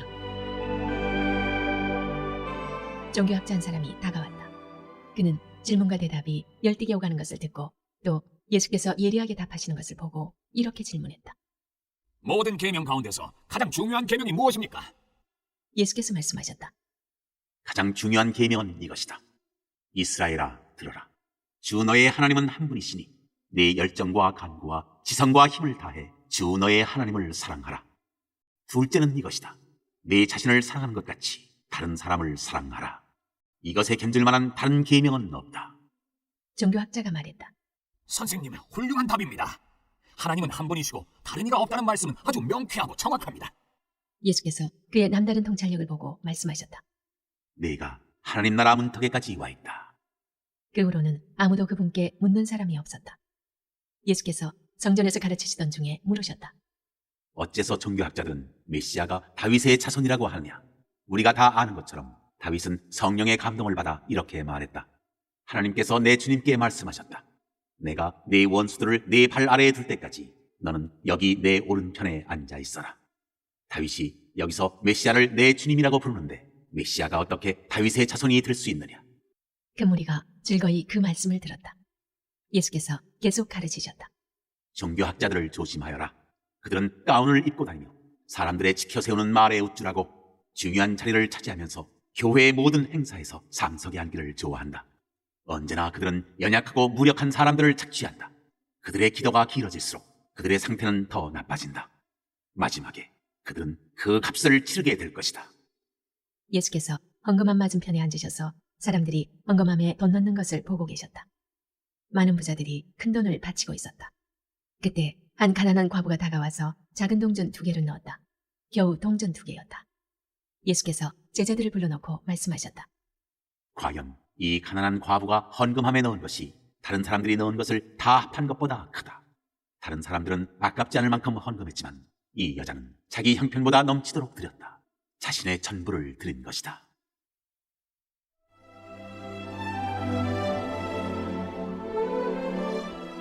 (13장) 사이비 종말론자들. 예수께서 성전을 떠나시는데 제자 가운데 한 사람이 말했다. 선생님, 저 석조물과 건물들을 보십시오. 예수께서 말씀하셨다. 네가 이 웅장한 건축물에 감동하느냐? 저 건물의 돌 하나하나가 결국 잔해더미가 되고 말 것이다. 이후에 예수께서 성전이 한눈에 내려다 보이는 올리브산에 앉으셨을 때 베드로와 야고보와 요한과 안드레가 그분께 따로 다가와 물었다. 말씀해 주십시오. 그런 일이 언제 일어나겠습니까? 때가 막바지에 이를 때 우리에게 어떤 징조가 있겠습니까? 예수께서 입을 여셨다. 사이비 종말론자들을 조심하여라. 많은 지도자들이 정체를 숨기고 나타나서 내가 그다라고 주장할 것이다. 그들이 많은 사람들을 희원혹할 것이다. 전쟁 소식을 듣거나 전쟁이 일어나리라는 소문을 듣거든 당황하지 말고 침착하여라. 그것은 역사에 늘 반복되는 일일 뿐 아직 종말의 징조는 아니다. 나라와 나라가 싸우고 통치자와 통치자가 싸우는 일이 계속될 것이다. 곳곳마다 지진이 있을 것이다. 기근도 있을 것이다. 그러나 이것은 앞으로 닥칠 일에 비하면 아무것도 아니다. 또 조심하여라. 사람들이 너희를 법정으로 끌고 갈 것이다. 세상이 살벌해져서 내 이름을 전한다는 이유로 모두가 너희를 물고 뜯을 것이다. 너희는 진리의 파수령으로 그 자리에 있는 것이다. 메시지가 온 세상에 두루 전파되어야 한다. 그들이 너희를 배반하여 법정으로 데려가거든 너희는 무슨 말을 할지 염려하지 마라. 그때가 오거든 너희 심중에 있는 것을 말하여라. 성령께서 너희 안에서 너희를 통해 친히 증거하실 것이다. 형제가 형제를 죽이고 아버지가 자녀를 죽이고 자녀가 부모를 죽일 것이다. 나 때문에 너희를 미워할 사람이 누구인지 아무도 모른다. 그대로 견뎌라. 그것이 너희가 해야 할 일이다. 끝까지 견뎌라. 그러면 너희는 절대 후회하지 않을 것이고 결국 구원을 얻을 것이다.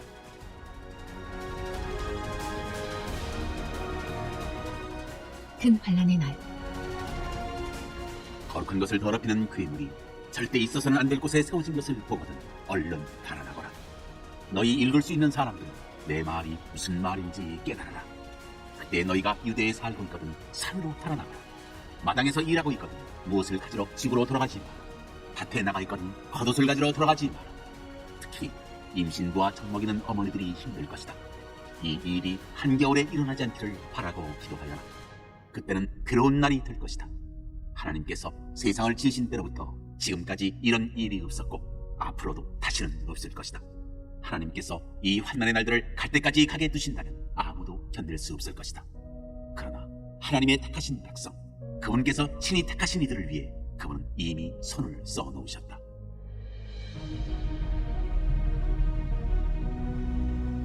그날과 그때는 아무도 모른다. 누가 너희를 막아서서 메시아가 여기 있다 소리치거나 저기 그분이 있다 가리켜도 속지 마라. 가짜 메시아와 거짓 설교자들이 곳곳에서 출현할 것이다. 그들은 대단한 이력과 현란한 업적으로 알만한 사람들의 눈까지 속일 것이다. 그러니 조심하여라. 내가 너희에게 충분히 경고했다. 그 괴로운 시간들이 지나면 해는 어두워지고 달은 흐려지고 별들은 하늘에서 떨어지고 우주의 세력들은 떨 것이다. 그때서야 사람들은 인자가 위험 있게 오는 것을 볼 것이다. 인자가 오는 것이 온 하늘에 가득하여 보지 못할 사람이 아무도 없을 것이다. 인자가 천사들을 보내어 택하신 사람들을 이 끝에서 저 끝까지 사방에서 불러들일 것이다. 무화과 나무에서 교훈을 얻어라. 싹이 나서 초록빛이 살짝만 내비쳐도 너희는 여름이 가까이 다가온 줄 안다.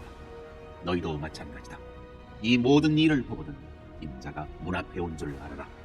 이것은 가볍게 여길 일이 아니다. 내가 지금 하는 말은 어느 훗날의 세대에게만 주는 말이 아니다.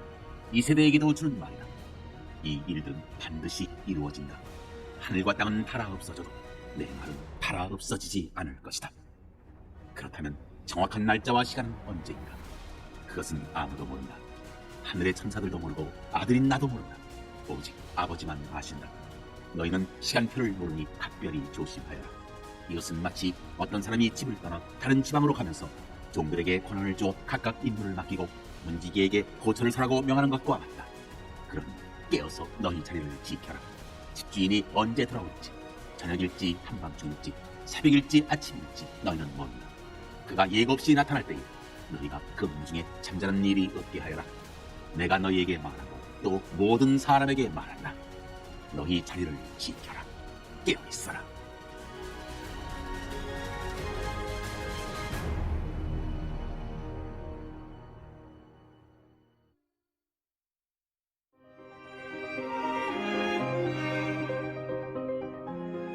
(14장) 값비싼 향유를 부은 여인.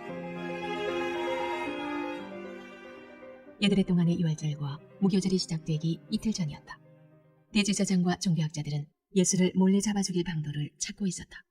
그들은 이렇게 말하면서 유월절 기간에는 그 일을 하지 않기로 뜻을 모았다. 괜히 군중의 소요가 일어나는 것은 싫다. 예수께서 나병 환자 시몬의 손님으로 베다니에 계셨다. 예수께서 저녁을 들고 있는데 어떤 여자가 아주 값비싼 향유 한 병을 가지고 다가왔다. 여자는 병을 따서 향유를 그분의 머리에 부었다. 몇몇 손님들이 발끈해서 자기들끼리 말했다. 저렇게 한심한 일을 해다니 완전히 낭비다. 이 향유를 1년치 임금보다 더 많이 받고 팔아서 가난한 사람들에게 줄 수도 있었을 텐데. 그들은 화가 치밀어서 당장이라도 여자에게 분통을 터뜨릴 태세였다. 그러나 예수께서 말씀하셨다. 가만두어라. 너희는 어째서 이 여자를 괴롭게 하느냐? 이 여자는 지금 나한테 말할 수 없이 소중한 일을 한 것이다. 가난한 사람들은 평생 동안 너희와 함께 있을 것이다. 너희는 언제라도 마음 내키면 그들에게 뭔가 해줄 수 있다. 그러나 내게는 그렇지 않다. 이 여자는 기회 있을 때에 자기가 할 수 있는 일을 한 것이다. 내 몸에 미리 기름을 부어 내 장례를 준비한 것이다. 내가 분명히 말한다. 온 세상에 메시지가 전파되는 곳마다 지금 이 여자가 한 일도 알려져 칭송받을 것이다. 12제자 가운데 하나인 가룟 유다가 예수를 배반할 작정으로 대제사장 무리에게 갔다. 그들은 자기들의 길을 의심했고 그에게 두둑한 보상을 약속했다. 그때부터 유다는 예수를 넘겨줄 적당한 기회를 노렸다. 인자를 배반할 자. 무교절 첫날, 곧 유월절 희생을 준비하는 날에 제자들이 예수께 물었다. 우리가 어디로 가서 주님이 드실 유월절 식사를 준비하면 좋겠습니까? 예수께서 제자 두 사람에게 지시하셨다. 시내로 들어가거라. 그러면 물 한 동이를 지고 가는 사람을 만날 것이다. 그를 따라가거라. 그가 어느 집으로 들어가든지 그 집 주인에게 선생님께서 제자들과 함께 유월절 식사를 할 방이 어디 있느냐고 물어보십니다 하고 말하여라. 그가 너희에게 이미 청소를 마친 넓은 다락방을 보여줄 것이다. 거기서 우리를 위해 식사를 준비하여라. 제자들이 떠나 시내에 가보니 모든 것이 예수께서 말씀하신 그대로였다. 그들은 유월절 식사를 준비했다. 해가 진 후에 예수께서 12제자를 데리고 오셨다. 그들이 식탁에 앉아 저녁을 먹고 있는데 예수께서 말씀하셨다. 괴롭지만 너희에게 중요한 말을 해야겠다. 지금 나와 함께 먹고 있는 너희 가운데 한 사람이 음모를 꾸미는 세력에게 나를 넘겨줄 것이다. 그들이 소스라치게 놀라서 한 사람씩 돌아가며 묻기 시작했다. 저는 아니겠죠? 예수께서 말씀하셨다. 12명 가운데 한 사람, 곧 나와 같은 그릇에서 함께 먹는 사람이 그다. 인자가 배반당하는 것이 성경에 기록되어 있으니 이것이 전혀 뜻밖의 일은 아니다. 그러나 인자를 배반하여 넘겨줄 그 사람은 이 일을 하느니 차라리 태어나지 않았으면 좋았을 것이다. 이것은 내 몸과 내 피다. 식사 중에 예수께서 빵을 들어 축복하시고 떼어서 그들에게 주시며 말씀하셨다. 받아라. 이것은 내 몸이다. 또 잔을 들어 하나님께 감사하신 후에 그들에게 주셨고 그들은 다 그 잔을 돌려 마셨다. 예수께서 말씀하셨다. 이것은 내 피다. 많은 사람들 위해 붓는 하나님의 새 언약이다. 하나님 나라에서 마실 새날까지 내가 다시는 포도주를 마시지 않을 것이다. 그들은 찬송을 부르고 곧장 올리브산으로 갔다. 예수께서 제자들에게 말씀하셨다. 너희 모두 세상이 무너지는 듯한 심정이 들 텐데 그것이 나 때문이라고 생각할 것이다. 성경은 이렇게 말한다. 내가 목자를 치르니 양들이 허둥지둥 될 것이다. 그러나 내가 다시 살아난 뒤에는 너희보다 앞장서 갈릴리로 갈 것이다. 베드로가 불쑥 말했다. 모든 것이 무너지고 모두가 주님을 부끄러워하더라도 저는 그러지 않겠습니다. 예수께서 말씀하셨다.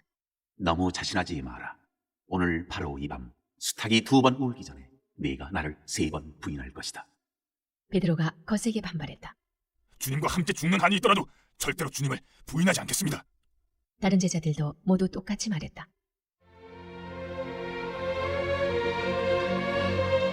겟세마네에서 기도하시다. 그들이 게세마네라는 곳에 이르렀다. 예수께서 제자들에게 말씀하셨다. 내가 기도하는 동안에 너희는 여기 앉아 있어라. 예수께서 베드로와 야고보와 요한을 데리고 가셨다. 예수께서 두려움과 깊은 근심에 빠지셨다. 예수께서 그들에게 말씀하셨다. 지금 나는 괴로워 죽을 것 같다. 여기서 나와 함께 깨어 있어라. 예수께서 조금 더 나아가 땅에 엎드리셔서 피할 길을 위해 기도하셨다. 아빠, 아버지, 아버지께서는 나를 여기서 벗어나게 하실 수 있습니다. 이 잔을 내게서 거두어 주십시오. 그러나 내가 원하는 대로 하지 마시고 아버지께서 원하시는 대로 행하십시오. 아버지께서 원하시는 것이 무엇입니까? 예수께서 돌아와 보니 제자들이 곤히 잠들어 있었다. 예수께서 베드로에게 말씀하셨다. 시몬아, 네가 자다니 어찌 내게 이럴 수 있느냐? 단 한 시간도 나와 함께 견딜 수 없더냐? 깨어 있어라. 자신도 모르게 위험지대에 들어서는 일이 없도록 기도하여라. 세상을 몰라서는 안 된다. 너는 하나님 안에서 무엇이든 열심히 할 각오가 되어 있다만 한편으로는 난로가에 잠든 늙은 개처럼 나른하구나. 예수께서 다시 가서 똑같은 기도를 드리셨다. 예수께서 돌아와 보니 이번에도 제자들이 곤히 잠들어 있었다. 도저히 눈이 떠지지 않았던 것이다. 그들은 무슨 말로 변명해야 할지 몰랐다. 예수께서 세 번째로 돌아와 말씀하셨다. 밤새도록 자려느냐? 아니다. 잠은 충분히 잤다. 때가 되었다. 인자가 죄인들의 손에 팔린다. 일어나거라. 가자. 나를 배반할 자가 왔다. 무리에게 잡히시다. 예수의 입에서 그 말이 떨어지자마자 12제자 가운데 하나인 유다가 나타났다. 그 곁에는 대제사장과 종교학자와 지도자들이 보낸 폭력배가 칼과 몽둥이를 들고 함께 있었다. 배반자는 그들과 암호를 짜두었다. 내가 입 맞추는 사람이 바로 그자니 그를 잡으시오. 절대 도망치지 못하게 하시오. 그는 곧장 예수께 가서 그분께 입을 맞추었다. 라삐님, 그러자 무리가 그분을 붙잡아 거칠게 다루었다. 거기 서 있던 사람들 가운데 하나가 칼을 뽑아 휘둘러서 대제사장의 종의 귀를 잘라버렸다. 예수께서 그들에게 말씀하셨다. 내가 위험한 범죄자라도 되는 것처럼 칼과 몽둥이로 나를 잡으러 오다니 이게 무슨 짓이냐? 내가 날마다 성전에 앉아서 가르쳤지만 너희는 내게 선 하나 대지 않았다. 사실 너희가 한 일은 예언자의 글을 확증하는 것이다. 제자들은 모두 황급히 달아났다. 한 청년이 예수를 따라가고 있었다. 그는 혼이불 하나만 몸에 걸치고 있었다. 사람들이 그를 붙잡았으나 그는 혼이불을 버려둔 채 벌거벗은 몸으로 급히 달아났다. 유대 의회 앞에 서시다. 그들이 예수를 대제사장에게 끌고 갔다. 거기에 대제사장과 종교 지도자와 학자들이 함께 모여 있었다. 그들이 대제사장의 안뜰에 이를 때까지 베드로는 안전한 거리를 두고 뒤따라갔다. 거기서 그는 하인들 틈에 섞여서 불을 쬐었다. 대제사장들은 유대 의회와 공모에 예수께 사형을 선고할 만한 불리한 증거를 찾았지만 하나도 찾지 못했다. 많은 사람들이 자청하여 거짓 죄목을 댔으나 서로 맞지 않아 무효가 되고 말았다. 그 가운데 몇몇 사람들이 일어나서 이런 거짓말을 했다. 우리가 이자의 말을 들었는데 힘들게 지은 이 성전을 헐고 손 하나 대지 않고도 성전을 사흘 만에 다시 짓겠다고 했습니다. 그러나 그들조차도 증언이 서로 일치하지 않았다. 이때 대제사장이 일어나서 예수께 물었다. 이 증언에 대해 너는 뭐라고 말하겠느냐? 예수께서 침묵하셨다. 아무 말씀도 하지 않으셨다. 대제사장이 다시 나서서 이번에는 이렇게 물었다. 네가 찬양 받으실 분의 아들 메시아냐? 예수께서 말씀하셨다. 그렇다. 내가 그다. 너희 눈으로 직접 보게 될 것이다. 전능하신 분의 오른편에 앉은 인자가 하늘 구름을 타고 올 것이다. 대제사장이 흥분해서 자기 옷을 찢으며 소리쳤다. 여러분은 이 말을 들었어? 이러고도 우리에게 무슨 증인이 더 필요하겠소? 그가 하나님을 모독하는 것을 여러분이 들었어. 여러분은 이 신성 모독을 그냥 두고 볼 셈이요? 그들은 일제히 예수를 정죄했다. 사형 선고가 내려졌다. 그들 가운데 몇 사람이 예수께 침을 뱉었다. 그들은 예수의 눈을 가린 채 그분을 치면서 말했다. 너를 친 사람이 누구냐? 알아맞혀 봐라. 경비병들은 그분을 주먹과 손바닥으로 때리면서 끌고 갔다.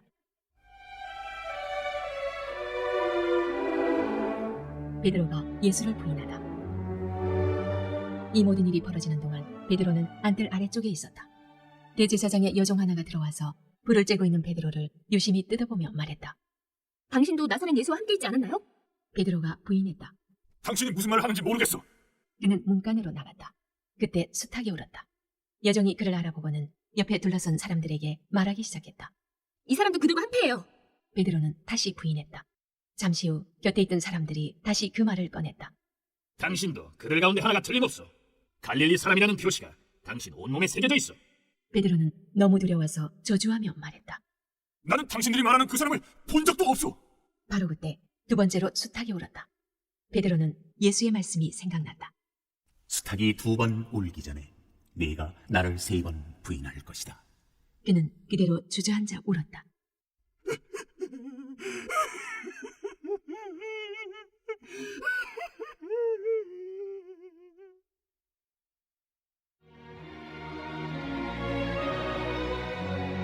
(15장) 빌라도에게 사형 선고를 받으시다. 동틀 무렵 대제사장들이 종교 지도자와 학자들과 더불어 유대 의회 전체와 모임을 가졌다. 그들은 예수를 단단히 결박한 뒤 데리고 나가서 빌라도에게 넘겼다. 빌라도가 예수께 물었다. 네가 유대인의 왕이냐? 예수께서 대답하셨다. 네가 그렇게 말하면 그렇다. 대제사장들은 줄줄이 고발을 늘어놓았다. 빌라도가 다시 물었다. 아무 대답도 하지 않겠느냐? 고발의 목록이 제법 길다. 그분은 아무 말이 없으셨다. 그것은 빌라도에게 아주 깊은 인상을 남겼다. 명절이 되면 백성이 요구하는 죄수 하나를 풀어주는 관례가 있었다. 바라바라는 죄수가 있었는데 그는 로마에 대항하는 반란 중에 살인을 저지른 선동자들과 함께 감금되어 있었다. 무리가 다가와서 죄수를 풀어달라는 탄원을 올리려고 할 즈음에 빌라도는 이미 그들이 할 말을 예상하고 있었다. 여러분은 내가 유대인의 왕을 풀어주기를 원하오? 빌라도는 대제사장들이 예수를 자기에게 넘긴 것이 순전히 악의에서 비롯된 일임을 알고 있었다. 대제사장들은 바라바를 풀어달라고 하도록 이미 무리를 선동해 두었다. 빌라도가 되받았다. 당신들이 유대인의 왕이라고 하는 이 사람을 내가 어찌하면 되겠소? 그들이 소리를 질렀다. 빌라도가 따졌다. 그러나 무슨 죄목 때문이오? 그들은 더 크게 소리 질렀다. 빌라도는 무리의 뜻을 들어주었다. 바라바를 석방하고 예수는 채찍질하여 십자가에 못 박도록 넘겨주었다. 병사들이 예수를 브라이도리온이라고 하는 관저로 데리고 들어가서 부대 전체를 불러 모았다. 그들은 예수께 자주색 옷을 입히고 가시나무로 엮은 왕관을 그분 머리에 씌웠다. 그리고 예수를 조롱하기 시작했다. 유대인의 왕 만세! 그들은 몽둥이로 그분의 머리를 때리고 침을 뱉고 무릎을 꿇고서 그분께 경배하는 신용을 했다. 실컷 즐기고 난 그들은 예수의 자주색 망토를 벗기고 다시 그분의 옷을 입혔다. 그런 다음 예수를 십자가에 못 박으려고 끌고 나갔다. 십자가에 못 박히시다. 알렉산더와 루포의 아버지인 구레네 사람 시몬이 마침 일을 마치고 그 길을 지나고 있었다. 병사들이 그에게 예수의 십자가를 지게 했다. 병사들은 예수를 해골론덕이라는 뜻의 골고다로 데려갔다. 그들은 포도주와 모략을 섞어서 만든 가벼운 진통제를 예수께 주었으나 그분은 마시려고 하지 않으셨다. 곧 그들이 예수를 십자가에 못 박았다. 그들은 예수의 옷가지를 나눠 가지며 누구 몫이 되나 보려고 주사위를 던졌다. 병사들은 오전 9시에 예수를 십자가에 못 박았다. 유대인의 왕이라고 쓰여진 그분의 죄목이 십자가에 적혀 있었다. 예수와 함께 죄수 2사람도 십자가에 달렸는데 하나는 그분 오른쪽에 다른 하나는 그분 왼쪽에 달렸다. 길을 가던 사람들은 슬픈 척 고개를 저으며 예수를 조롱했다. 성전을 헐고 사흘 만에 다시 짓겠다고 으스대던 네가 아니냐? 그러니 실력을 보여봐라. 네 자신을 구원해보라고. 네가 정말 하나님의 아들이면 그 십자가에서 내려와봐라.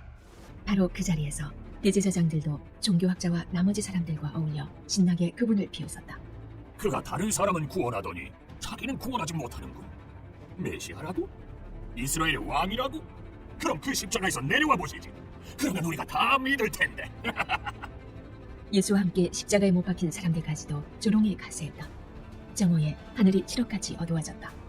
어둠은 이후 3시간 동안 계속되었다. 3시에 예수께서 깊은 데서부터 신음하며 큰 소리로 부르짖으셨다. 엘로이 엘로이 라마 사박다니. 이 말은 나의 하나님 어찌하여 나를 버리셨습니까? 라는 뜻이다. 곁에서 그 말을 들은 몇몇 사람들이 말했다. 들어보아라. 이 사람이 엘리야를 부른다. 누군가가 소뭉치를 신포도주에 적셔서 장대에 달아올려 예수께 주면서 말했다. 엘리야가 와서 그를 내려주나 보자. 그러나 예수께서 크게 소리 지르시고 숨을 거두셨다. 그 순간 성전의 휘장 한가운데가 찢어졌다. 그분 앞에서 보초를 서고 있던 로마군 지휘관이 그분의 숨이 멎는 것을 보고 말했다. 이 사람은 하나님의 아들이 틀림없다. 무덤에 묻히시다. 여자들이 멀리서 지켜보고 있었는데 그 중에는 막달라 마리아, 작은 야고보와 요새의 어머니 마리아, 그리고 살로메도 있었다. 이 여자들은 예수께서 갈릴리에 계실 때 그분을 따르며 섬겼고 그분과 함께 예루살렘까지 올라온 사람들이다. 그날은 예비일, 곧 안식일 전날인데 오후 늦게 유대의회의 명망 높은 의원인 아리마대 사람 요셉이 왔다. 그는 하나님 나라를 바라보면서 그 나라를 손꼽아 기다리며 사는 사람이었다. 그는 용기를 내어 빌라도에게 가서 예수의 시신을 거두게 해달라고 청했다. 빌라도는 예수가 그렇게 금세 죽을 수 있는지 의아해하면서 지휘관을 불러 그가 정말로 죽었는지 확인하게 했다. 지휘관의 확인을 받고서 빌라도는 요셉에게 예수의 시신을 내주었다. 세마포 수의를 사둔 요셉은 예수를 십자가에서 내려 수의에 쌌다. 그런 뒤에 바위를 깎아서 만든 무덤에 그분을 모셔두고 큰 돌을 굴려서 입구를 막았다. 막달라 마리아와 요새의 어머니 마리아가 장례 치르는 것을 지켜보았다.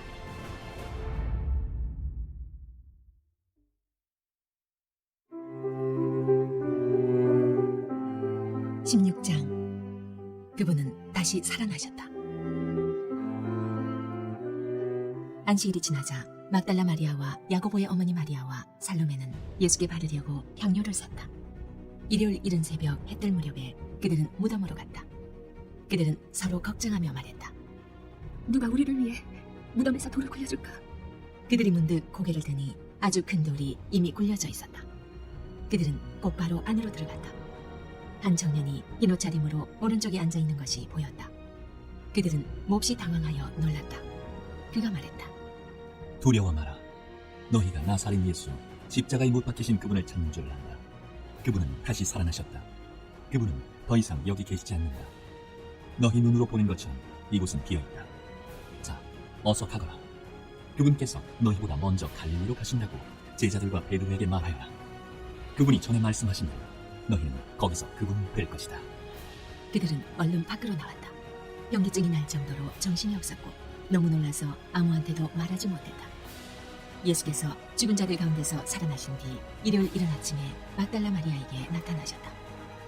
마리아는 예수께서 전에 7 귀신에게서 구해준 사람이다. 마리아는 예수와 함께하던 사람들이 슬퍼하며 울고 있는 곳으로 가서 말했다.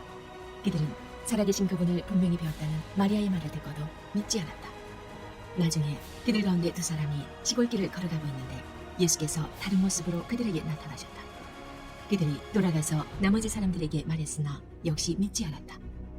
그 후에 11 제자가 저녁을 먹고 있는데 예수께서 나타나셔서 그분이 살아나신 것을 본 사람들의 말을 믿지 않은 제자들의 불신앙을 아주 엄하게 꾸짖으셨다. 그리고 말씀하셨다. 세상 속으로 들어가거라. 어디든지 가서 하나님의 복된 소식인 메시지를 모두에게 알려라. 누구든지 믿고 세례를 받으면 구원을 받고 누구든지 믿지 않으면 정죄를 받을 것이다. 믿는 사람에게 따를 표적 몇 가지는 이렇다. 그들은 내 이름으로 귀신을 쫓아내고 새로운 방언으로 말하고 손으로 뱀을 짚고 독을 마셔도 상하지 않으며 병자에게 손을 얹어 낫게 할 것이다. 간략하게 말씀하신 뒤에 주 예수께서 하늘로 들려 올라가셔서 하나님 옆 영광의 자리에 앉으셨다. 제자들은 어디든지 가서 메시지를 전했다. 주님이 친히 그들과 함께 일하시며 명백한 증거로 메시지를